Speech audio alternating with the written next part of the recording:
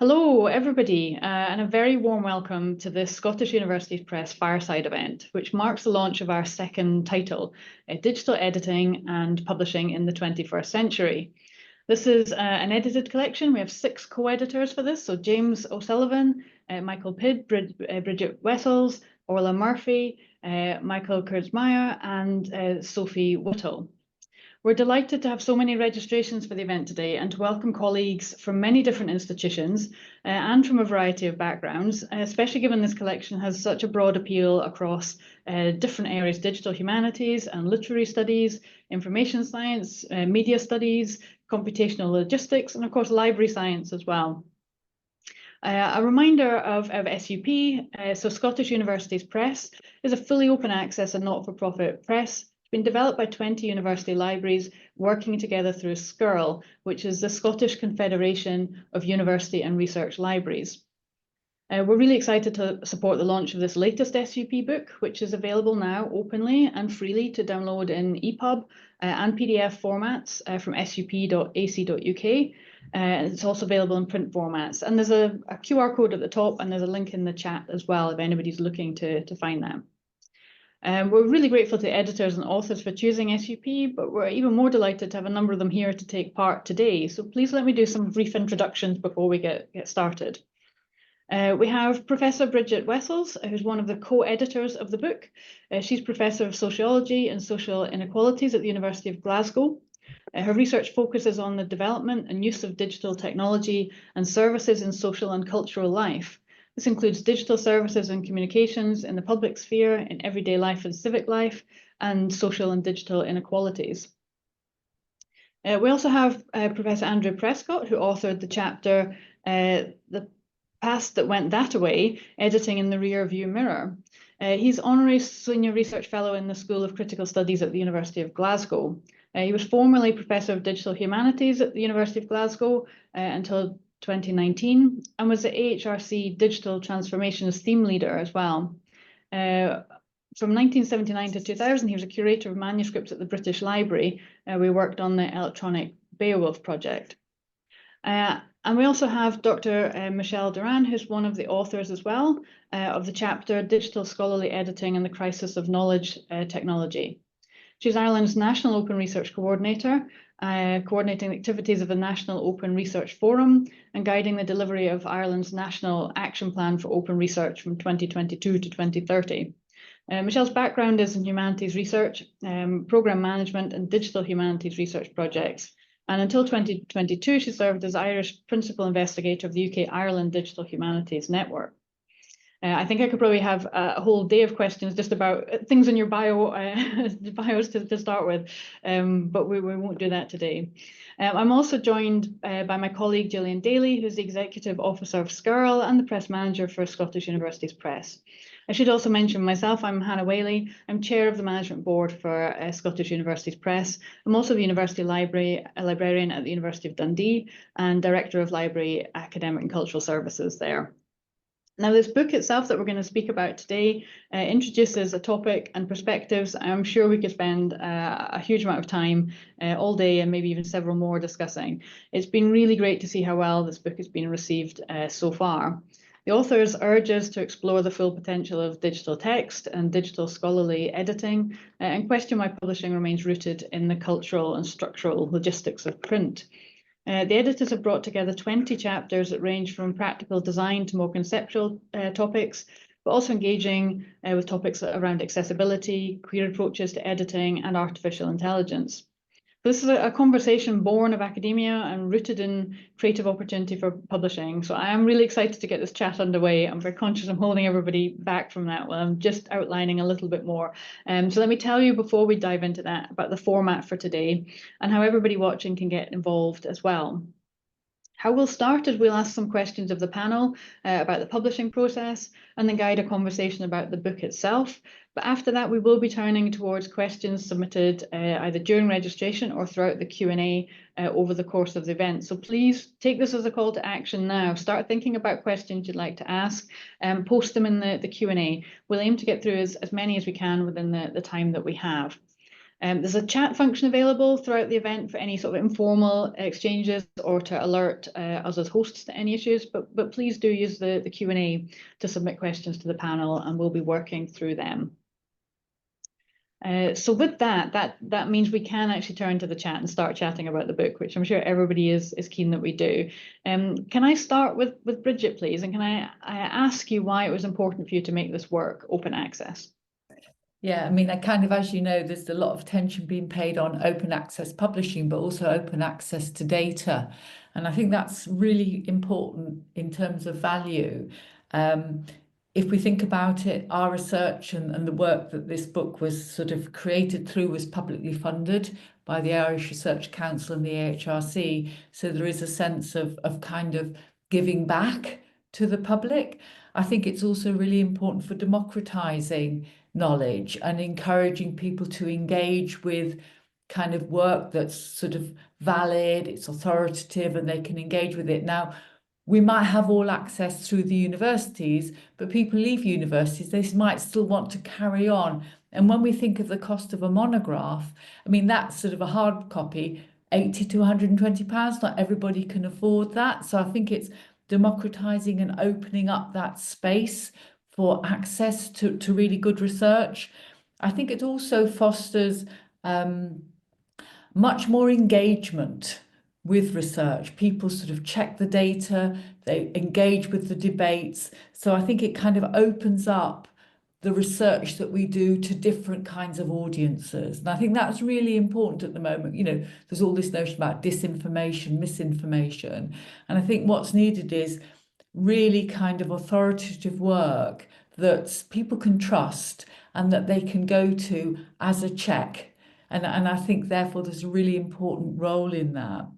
I think another aspect, and I think this is why we chose Scottish University Press, is that it's not for profit. So I mean, I can remember when I first got my PhD, got that published, then I wanted to write other books, but talking to more commercially led publishers, it was, well, how many copies might you sell? You've got to write something that will reach these X number of audiences globally, And you felt that some of the really interesting work and groundbreaking work got lost, or it got lost in short form, in journal articles, whereas often in the long form through a book, people can work through that argument much more. So I think open access publishing is important on lots of different levels, from an academic point of view, from a readership point of view, and in terms of ensuring that knowledge is democratically available to different publics. So I think that's why we chose to go open access, and Scottish Universities Press in particular, because I think it is, it's based in Scottish sort of university libraries. We've got that insight and that support going through, but also that scholarly tradition is being protected and celebrated, I think. Yeah, well, that's really, really interesting to hear, Bridgette, and I'm not surprised with how you're describing it there, that we've found a sort of synergy with SUP, and I think that sense that by opening it up, you're interested in the conversations that come from the book, this idea that you're not just picking an audience, but actually allowing some space for others to find it and enter conversations, and yeah, that's a really valid point about that sort of democratizing things in that way. I wonder if I can address to the whole panel. So you can choose to jump in first, or I'll pick names. We can take turns. But I wonder if you have any advice for colleagues who are thinking of publishing an open access book. Now you've been through this process with us.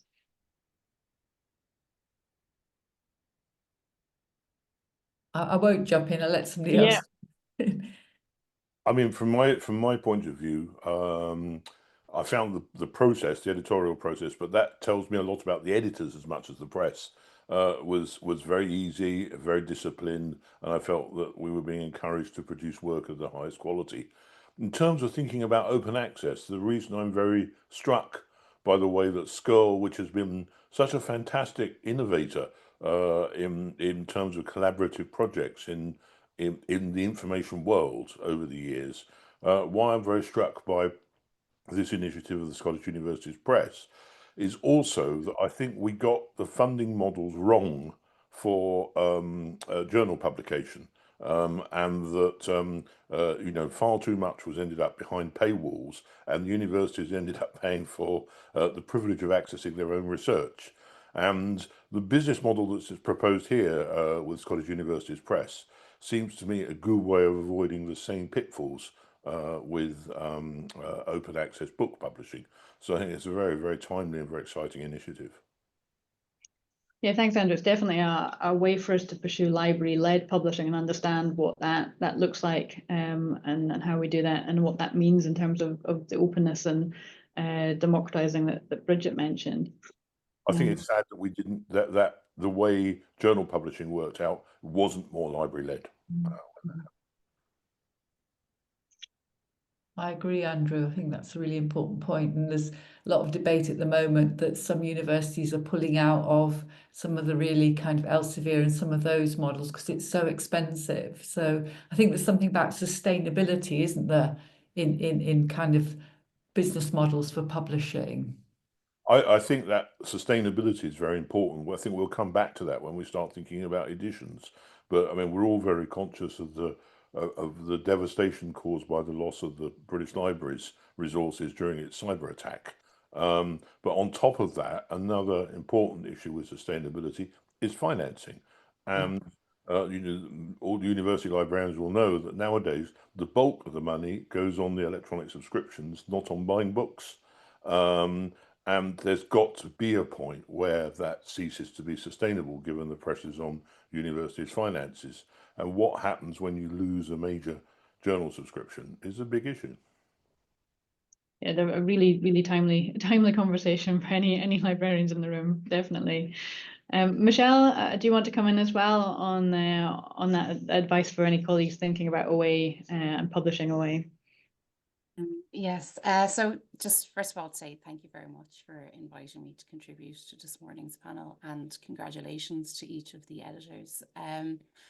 I thought rather than offering advice to anyone considering publishing open access, I might offer advice to those considering still publishing in closed access formats. And my first piece of advice to those individuals would be to fully educate yourself about the rights that you are transferring to the publisher when you choose closed access publishing models, to check the author agreement very carefully before signing it. Often, though not always, with copyright transfer, you are the publisher owns the work and controls how it is reproduced, distributed and reused. And I don't think that a lot of the time authors still don't fully understand the implications of what signing that copyright transfer actually means. Another then kind of practical piece of advice would be to use tools like Sherpa Romeo to check the publisher policies on rights and archiving. And then lastly, I would say that if retaining rights is important to you, then perhaps you need to consider open access alternatives for publishing. So that my advice really is to those still considering closed access models. That's very pertinent, Michelle, with the current anxieties around big tech companies scraping content for AI training. That's a very good piece of advice. Yeah, absolutely. These arguments, I suppose it's kind of the law of unintended consequences, and we're seeing kind of the repercussions of giving over so much of our content to publishers. Now, that's not to suggest that all publishers are the bad guys, but rather just there are implications that perhaps are still coming to the fore and we haven't fully considered yet.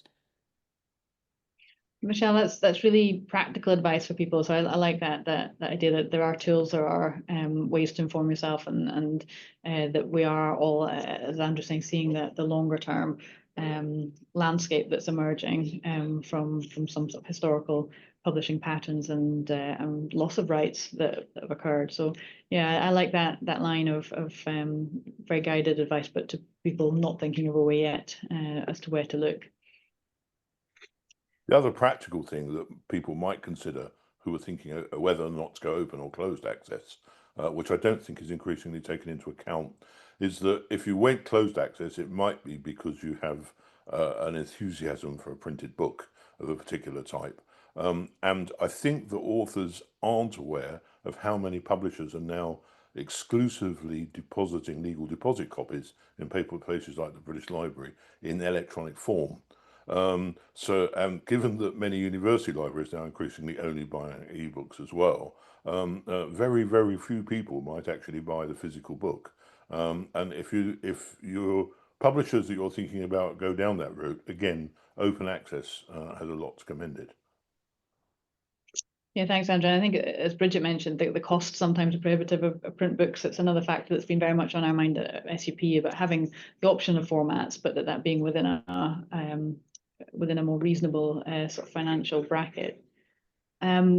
I'm thinking it would be good to turn our attention to the book itself. We're kind of hinting and teasing little bits about the book as we go, but I'm sure lots of people that are listening would like to sort of delve into that more fully. So I'm going to ask if Gillian would like to direct some questions. Yeah, thank you, Hannah. Really delighted to see the book published, and really happy to have the opportunity now to speak about some of the themes there. So as Hannah mentioned earlier, we do have quite a mixed audience today, so I thought that would be quite helpful and also mirroring the book. But to begin our discussions, to set out what we mean when we're talking about digital scholarly editions. So from James's introduction, I know that is not without complexity. So I thought perhaps we could begin with the panellists helping us out here a bit and offering their preferred definitions. As editor, Bridgette, I was going to pick on you first, if that's okay to begin. Yeah, thanks, Gillian. And I think here the complexity of what digital scholarly editions, how you might define them. I mean, my sort of co-editors, James, Mike, Orla, and Sophie, going through the project with them, the complexity of kind of what that means has come through very well. And I think really James's definition really resonates for me, that he argues that digital scholarly editions are sort of scholarly editions that are guided by a digital paradigm, both in theory, method, and in practice. And I think for me, there's something around what is a scholarly edition, and it's a critical representation of text or document. And I think unpacking what critical might mean, I think critical can mean historical, but also in terms of the comment, the validation, the engagement with that, the critical engagement with that text, but ensuring that that text or document is accurately represented. And people can search that text and explore that in detail as part of a research, undertaking research or close reading of a particular text, and then zooming out in terms of understanding the wider context. So, I've learned a lot from my co-editors. Fabulous. No, I think that's really helpful. And I think one of the things that stuck out to me in reading it was the movement from critical to enhanced as a kind of way of thinking and looking at it. That resonated with me certainly as a definition. I think so. And I think that's one of almost the key problems that the book, but also the project wanted to address, was that, how do we maintain that criticality, but how do we enhance that in the contemporary period? So different voices, different contexts, but also ensuring that validity of that knowledge as it's coming through, and how can we use the digital to enhance the ways in which people can engage with a document. So, information about sort of dating, or language, those kinds of things are really important if people are using a scholarly edition to learn with and through. That's really, really helpful. Does anyone want to come in? Any of our other panelists want to add anything to that? No, you've absolutely covered it. Oh, I think I think in my piece, I'm arguing to some extent, I would agree with the importance of criticality and the value of James's definition in his discussion. But I increasingly worry that the metaphor of an edition, because I think it is a sort of metaphor, isn't a very helpful one in a digital environment. That came to me very early on. You mentioned that I worked in one of the pioneering digital edition projects, the electronic Beowulf, which really, it should be very straightforward because there's only one manuscript of Beowulf. So you wouldn't have thought there's an enormous amount that you could do with it. However, the damage that occurred to the manuscript in a fire in 1731, the fact that you can use special lighting techniques to read certain parts of it, the importance of early editions and transcripts made before the manuscript started to deteriorate, meant that while at the heart there was an interpretation of the texts, really what we assembled was an enormous range of resources about the texts. And somebody said this is not so much an edition as an archive. And I do think that when one looks at a lot of the most exciting digital editions, they're precisely that. They're more of a corpus of resources that you can use to explore a particular text, or it could be a film, or it could be a piece of sound. And so I wonder how useful the idea of the edition is. I'd hold to the idea that something should have authority. I think that's very important in present circumstances. But I'm not sure we've actually come up with a description of what we really do in a digital environment very, very well so far. And I hope that one of the things that might come out of this book is a discussion around that. I think so, Andrew, because I think, you know, for me, the exciting bit is that you're keeping that core, but the ways in which different readers and audiences can engage, or different researchers can engage with that particular text, but also all the information around it. And I think one of the things that, and I think that the book really shows, is that, you know, the complexity of that and understanding and working with something that's a little bit in flux. There's opportunities, but there's also challenges. And it's also then the practical aspects, you know, the infrastructure aspects, the tools for making that actually happen. You know, there's a lot of hype, but actually doing it requires quite a lot of skill. And so it's the how as well as the what, and how that comes together. And one of the things that we realised increasingly is that as we've compiled images and records of manuscripts like Beowulf, that we see that they've changed over the years, and we can provide an accurate statement. In fact, one of our co-editors, Michael Pidd, in a piece of work he did on Chaucer manuscripts, drew attention to the fact that early photocopies of the manuscript contained material that had subsequently disappeared in conservation work. And how does one work that into an edition? Again, you come around to the idea of a kind of resource, of something that is, as Bridgette says, in flux. All that gets even more complex when you start thinking about born digital material. And a lot of this discussion really derives from transferring printed or manuscript text into a digital environment. But what happens when you're talking about things that actually live digitally? What do you do about that? Yeah. Yeah, no, absolutely. I think, you know, the scale of the issue here is really clear. And I think, Andrew, in your chapter, the serious issues of scale in relation to born digital compared to print is, you know, a key focus. It has to be said as well that your example of Irvine Welsh wreaked havoc with our filters, profanity filters at SUP. So you have actually encouraged us to put in place workflow improvements for that reason. So there we go. We're learning all the time. But the conclusion for your piece is ultimately that we do need to have improved workflows that respond to those challenges of born digital.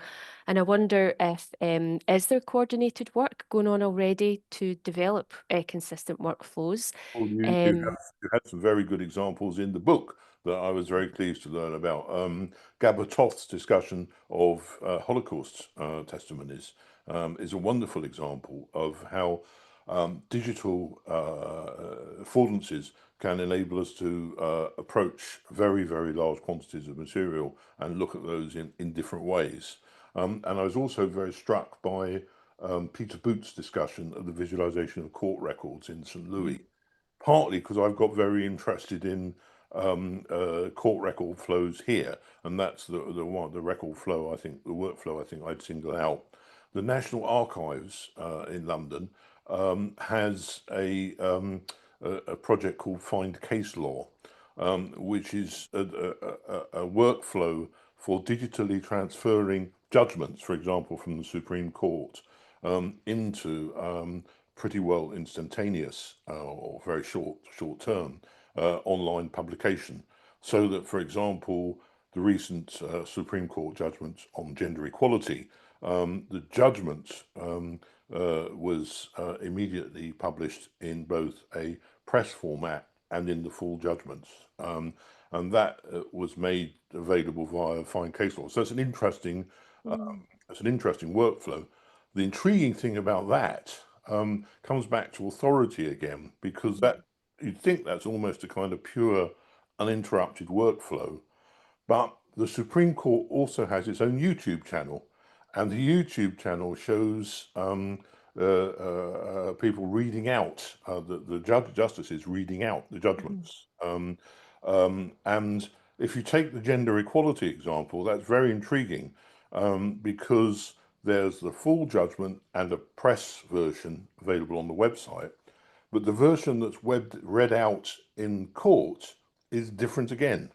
And when you throw the fact that there are also full law reports into that, the question of where the authority lies in that mixture of born digital court records is a rather intriguing one. The National Archives website said you should only refer to the full judgment, but that leaves aside the question of historically you've referred the full law report, and that leaves that aside. So even where you've got a good workflow, questions of authority can come up, and where that authority lies. And how do you feel, those are kind of specific standalone or examples. Do you feel like the workflows are necessarily specific to the context, or is there something we can be doing wider? This is me with my Scuttle hat on. I can't help myself, Andrew. I just think, can we work together? Can we do something around this? Do you see it as being too maybe complex for generalization, or another aspect of the Find Case Law project is that it's APIs. It marks up legal markup language. Its APIs make those materials available for further analysis, and there are lots of things that you could do using that API, and how you kind of link all that together, I think, is another major challenge. But again, you're moving away from the idea of a single edition, because you're looking at how you link together a corpus of materials, because, well, increasingly the records of the judgments of other courts are being added. So kind of how you court judgments together and follow that through. There's a lot that you can do there. That's really interesting. I'll definitely have a closer look at that. I'm going to move over to Michelle now. Michelle, the chapter you worked on draws on the core values of digital scholarly editing, really, and starts to reimagine the boundaries and to explore opportunities for how you work in future and working differently. So the approach that you came up with was called radical iterative editing, and I'm just wondering if you could talk us through how that differs from traditional scholarly editing, and just if time allows, actually, because I'm realising this is a really big one, but just outline the potential for this approach to be applied within the AI landscape. Yeah, so first of all, I just want to acknowledge that I was a co-author on this chapter. So there are 4 other authors who contributed to it.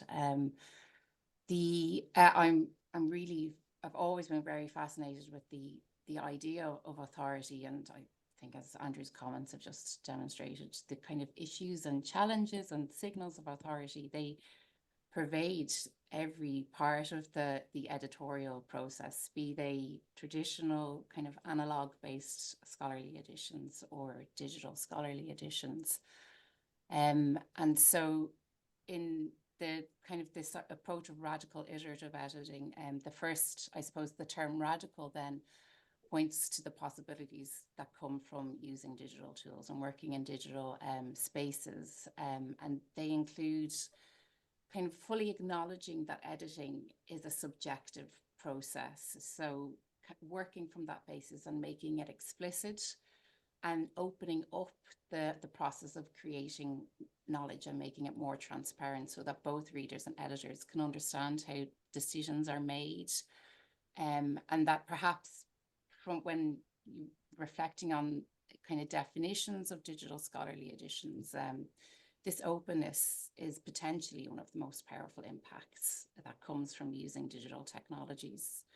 The term iterative then means that recognizing that all knowledge and culture works are constantly evolving, and because of this, there is really no final or definitive edition, and that any edition is just one version of an ongoing process that could continue for hundreds or even thousands of years. The authority of a radical iterative editing approach then derives from the open nature of its composition. So just kind of changing maybe the paradigm for authority itself then. AI, wow. So this, our contribution was submitted, I think, largely before generative AI became our collaborators and colleagues on you know, a day-to-day basis. So we were thinking more in terms of explainable AI at the time, but I think a lot of kind of the basic ideas of the chapter still hold up. In fact, they hold up incredibly well when we look at kind of AI as we're using it, and when you consider how quickly that has come about. So using the example of open source AI, you know, using open source AI entails a lot of trust and a lot of those signals of authority that are both implicit and explicit, and that scholarly editors are very kind of comfortable with and kind of intuitively recognize. And so it's about examining, well, in this context, in the context of open source AI, what are those signals of trust? What are those signals of authority, and how they might be made explicit and leveraged to a certain extent? And then before this call started, actually, there was an interesting call amongst the panelists about how they're using AI in their own work. And I think, again, those questions of trust and authority, of opening up how scholars and academics are using generative AI in their workflows and their processes are very, very interesting conversations to have. And also, I think as well, how that impacts upon the reader's perception of the work is quite important. So if I were to say, I wrote this abstract using ChatGPT or Claude, how does that impact your perception of that work as a scholarly piece of work? And are there ways in which we could make explicit how we collaborate or work with AI to maybe enhance those trust or authority signals? I think the questions that are asked in this chapter, whilst they were asked before generative AI really came to the fore, are still very, very pertinent. I think that came across really strongly to me when I was reading it, because obviously I did have the awareness of when it would have been written and have been, you know, part of the process since the beginning. But I really felt like the issues were so pertinent, just looking around at kind of situations in the news today or the past week or whatever, that so much of what you're saying is absolutely totally, like, that nothing has been lost in that passage of time from writing that to get into publication. The issues, the fundamental underlying issues, are absolutely up to date, and in some ways we maybe preempted some of the things that we're looking at. So I think that's absolutely true in terms of just thinking about what the wider significance of this work is. And I think I'm just going to end on that before I'll let other people in to ask a question. Just Bridgette, over to you if you don't mind. So that kind of idea of wider engagement or interaction with digital scholarly editions. the aspiration is stated in the introduction of engaging more broadly, or that being a way that the discipline wants to evolve in terms of working with general publics as well as research communities. How do you see digital scholarly editing fit in an everyday context to audiences beyond the research community? You mentioned, earlier about democratizing information, and that's, I'm sure, a central part of it. I think the projects, all the different projects we've got in the book, where in those chapters show that the kind of variety and creativity that's actually enabled through digital scholarly editions is really important. I think for me, there's two. We've talked about born digital, and we've talked about digitizing in kind of some sort of ways. So I think where a digital scholarly edition can specifically help is in terms of the increase in born digital. So we've got platform poetry, we've got poetry coming through, we've got different ways of writing. And I think making that more open and accessible to our reading publics, because that's how people are beginning to read, is really, really important. And I think we're used to very much those social media snippets or AI summaries. And I think it's really important for publishing that the sort of digital scholarly edition enables people to engage wider reading publics, different publics, and that can be journalists, it can be people reading in libraries, it can be school children, actually engaging with new ways of writing and understanding that writing, but then also being able to trace that back to the original data. So I think that's really important. So there's a core value, but also a specific kind of set of activities that digital scholarly edition can do.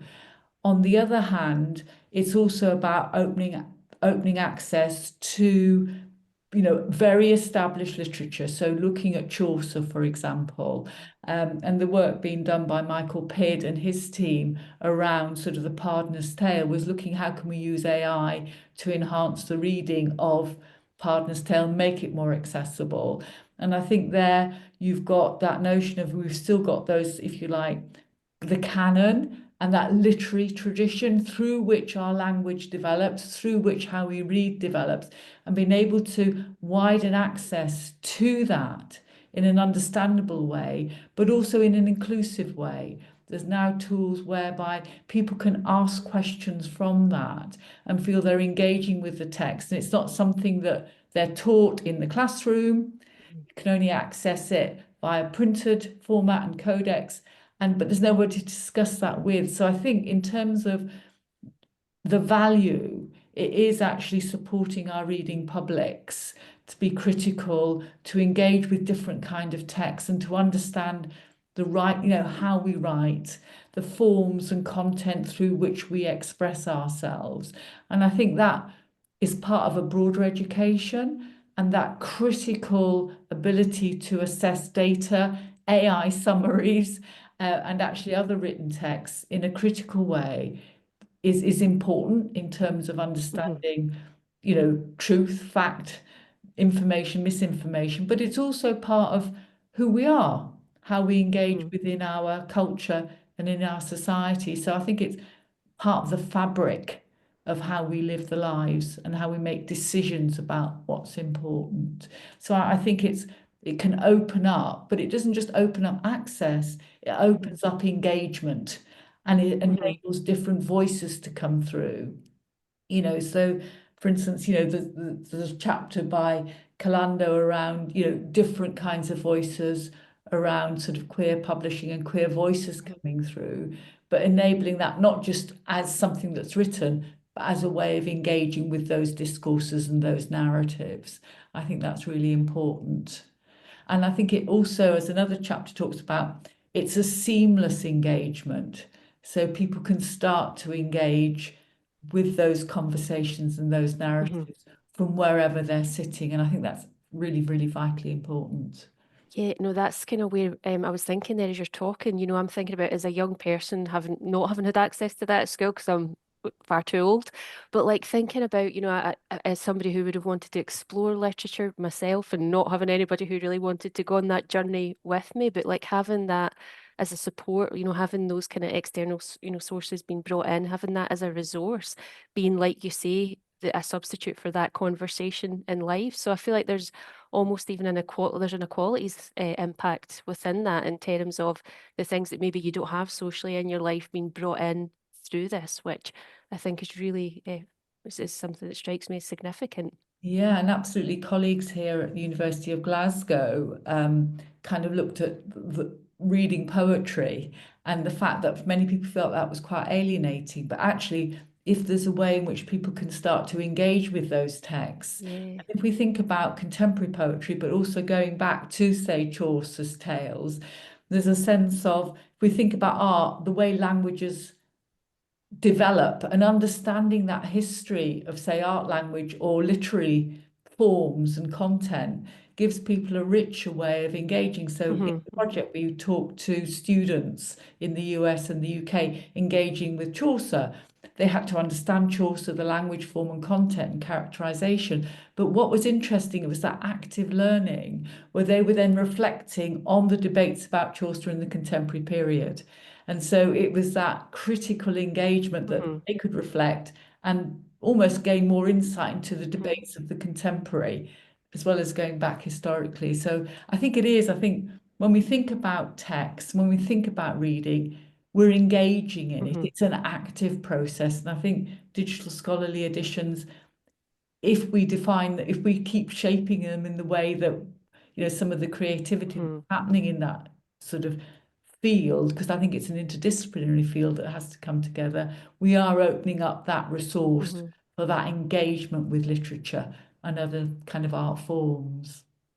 I would just ask, just as you were mentioning poetry earlier, when Michelle was speaking about iterations, something that was going through my mind was that idea of when we've sometimes seen something by a poet that's published, and then many years later you find they've continued to work on it or develop it, and it's continued to have a life of its own for them as a creative project, and that's something that might come through in archives or in letters or sort of research in that form. And I think I've always seen digital as a risk of that, like we delete the earlier one or we don't keep working on something because it's done. But the way you're framing it there sounds like it's much more about finding opportunity in that route that we have for something to have a sort of a continual evolving life. And I think, Hannah, you're absolutely right, because one of the risks which we haven't talked about, I think it's because it's been an exciting book and it's about possibilities, also actually some of the hard pragmatics of what's needed for that. But Andrew raised that early on as some of the risks that actually something born digital can be lost. And there's a sense of understanding that process.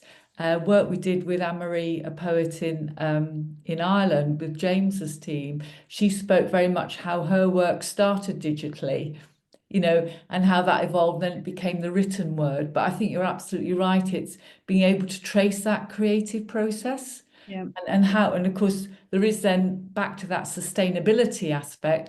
What do we choose to keep?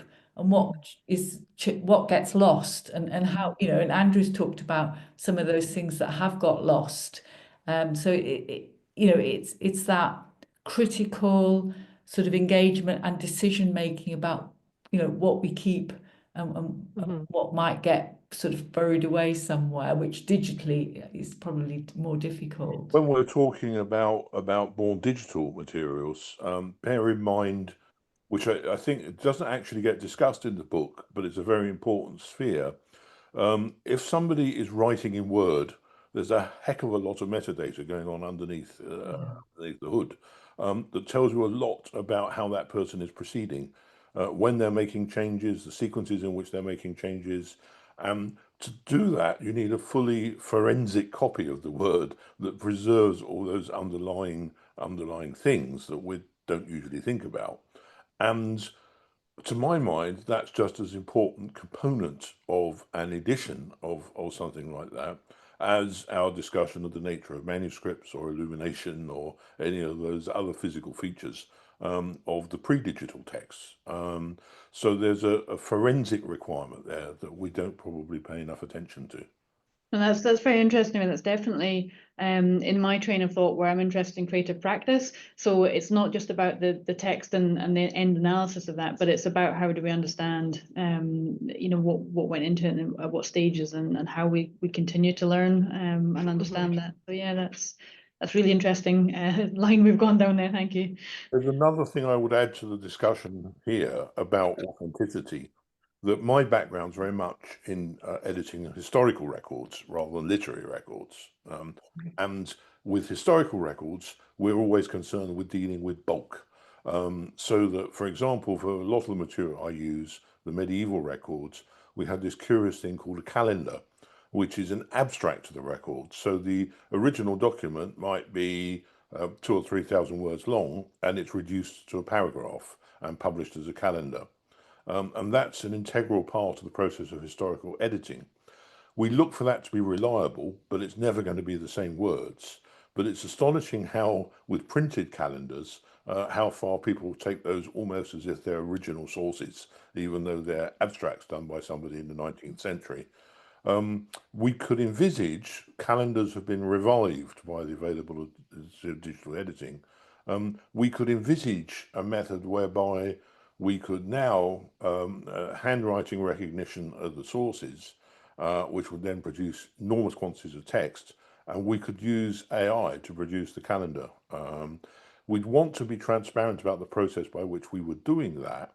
But I suspect that if we got that working reliably, we would use that just in the same way that we use the calendars, without ever referring back to the original document.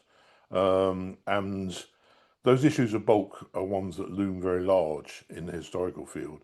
And as I discuss in my chapter, I think increasingly we're going to want to use visualizations, statistics in order to approach that sort of problems, those problems of bulk. And that's possibly what an edition of historical records 20 or 30 years from now might look like. It might be a visualization rather than a textual representation. Thanks, Andrea. I'm thinking of time, and I'm wondering, Gillian, if we might turn towards some questions that I know we've got waiting ready to go. Do you want? Who would have thought two librarians would have hijacked this conversation? Okay, so we have, I think it's more of a kind of reflection on the situation in Poland coming through from Agnieszka. So I'll maybe just go run through that, and if any of our panelists have any comments on that. So in Poland, there is a rapid connection between critical, I think, to the writer's intention. So it cannot be used for scholarly editions with different aims.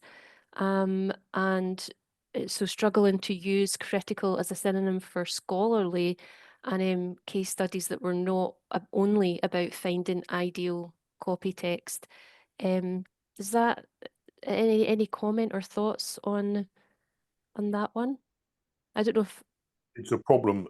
These problems of transferring terminology like critical are problems that are constantly difficult in working across different linguistic cultures.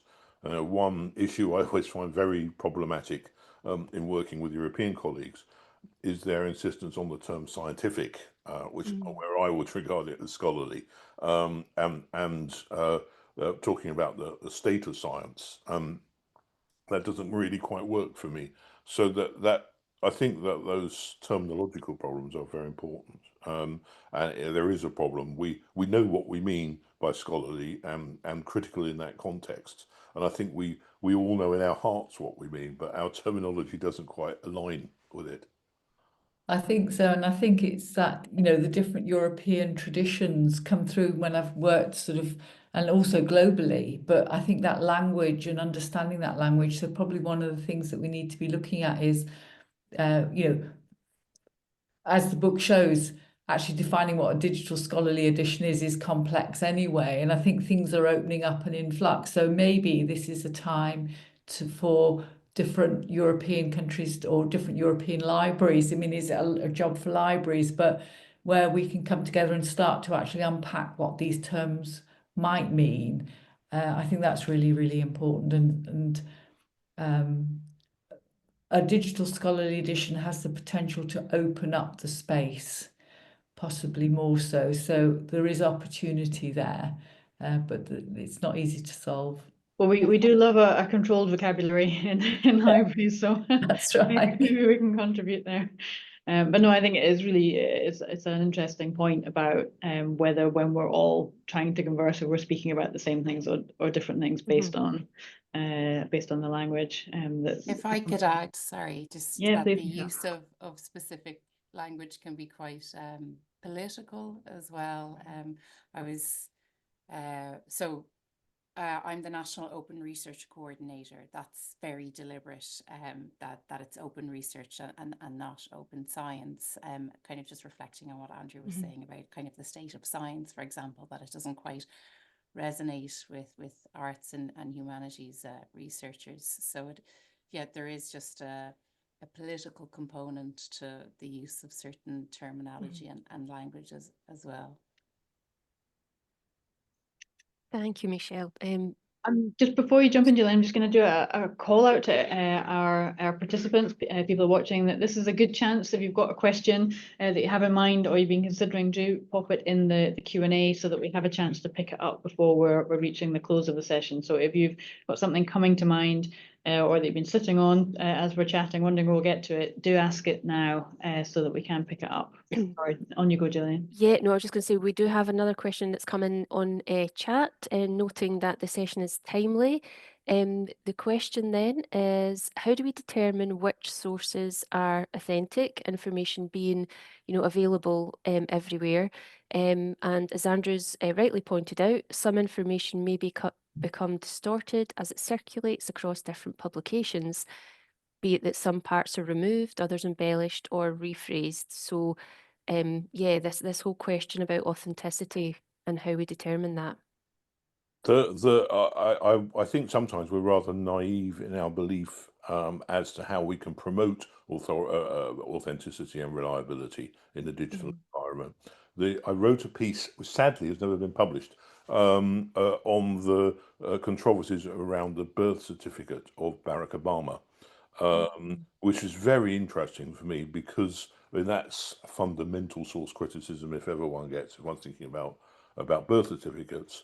But when you look through what the birth of people do, they're actually engaged in fairly, I wouldn't call them legitimate, but fairly conventional techniques of source criticism, only kind of as if it's done on steroids.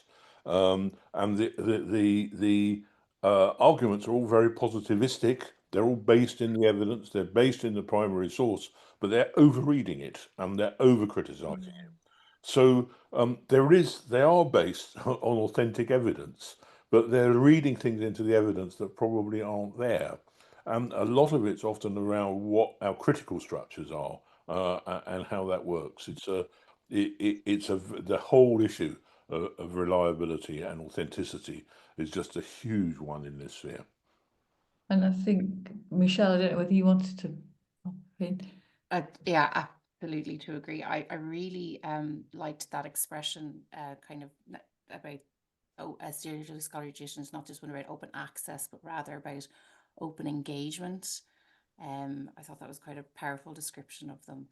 And I suppose in opening up the processes of knowledge creation, you're also educating individuals maybe that aren't as well intentioned as to how to leverage or exploit those processes of knowledge creation as well. And so I think it's really it can be really quite challenging, particularly for kind of the lay reader coming to text to disambiguate what when all of those signals are there, all of the trust signals, all of the authority signals, the language looks familiar.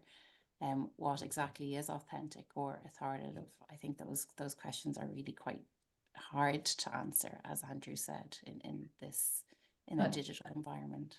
And I think it boils back to actually, is authenticity the right question? It's understanding the data and be able to understand the characteristics of data, what it can do, what it can't do, what the risks around that are. And I think that's where, in terms of developing digital scholarly editions, sort of colleagues in digital humanities, people like Mike Pidd, one of the editors, is actually really clearly understanding, be able to sort of understand the characteristics of data, its risks and what it can tell you.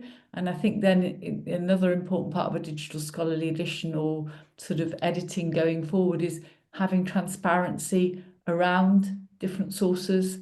And so there isn't this definitive these are the things that you have to be careful around when you're looking at this kind of data in terms of that. So, and of course, if we think about it in the wider context, something you've been asking me, one of the key skills that we've got missing are data skills, across the piece. So in many ways, it becomes more important that people learn about working with data and understand what, the affordances of different kinds of data and how to assess that. Everybody, if you know me at all, you'll know one of the things I really dislike doing is just bringing an interesting conversation to an end, but that falls on me to do today. I'm just mindful of the time that we've advertised for everybody on the webinar. Can I just pause to do some thank you? Thank you to Gillian for co-hosting this with me and asking such excellent questions and guiding much of that discussion, and to other colleagues who facilitated this event and supported the publishing process, somewhat more behind the scenes, but including Dominique Walker and Paul Clark and Jennifer Loudon. Incredible thanks to everybody in our audience, everybody that's registered and attended, and appreciating the questions that have come in as well. And really particular thanks to our fireside guests today. So Bridgette, Andrew, Michelle, for chatting so openly and sharing your insights and letting our discussion take some tangents as well. But your experience, I think, is very interesting to everybody, and really sets the scene for the book itself, of course. So Digital Editing and Publishing in the 21st Century. A reminder that's available open access from the SUP website, sup.ac.uk. The link is in the chat. You can read online, you can download it as a PDF or EPUB for book readers, and there's also chapter links as well, which is quite useful for navigating and quite a good way to access different parts of it. You can also purchase a paperback or a hardback copy if that's your preference, all normal retailers, and for library colleagues from our standard vendor options as well. We have a further fireside event later this month when we'll be chatting to author Dr. Richard Irvin about the forthcoming SUP title, The Vow of Stability, an Ethnography of Monastic Life. That's on the 22nd of May at 2 p.m. So I hope we might see some people there as well. But as we close today, just reflecting for a very brief moment that we've learned an awful lot, I think, about digital scholarly editing, but the additional potential for digital technologies to shape and reshape our interactions with scholarly works. We've touched on an awful lot of different areas, everything from, I think, case law and markup, authority and iteration and AI and reader perceptions. And I love that we've even got financial sustainability of library budgets in there somewhere at the beginning as well. So always a favorite topic. I hope everybody's watching has enjoyed the conversation. I think often many people registering may watch this later. So hello to you as well. But I hope for everybody, whenever you're accessing this, it gives you some room in your day to think about and explore digital innovation, and that you'll download and share the book and enjoy extending the conversation even further. So yeah, let me close by just saying thank you to everybody. And it's been a really great conversation, really great session. Thank you, Hannah. Thank you. Thanks, everyone. Thank you.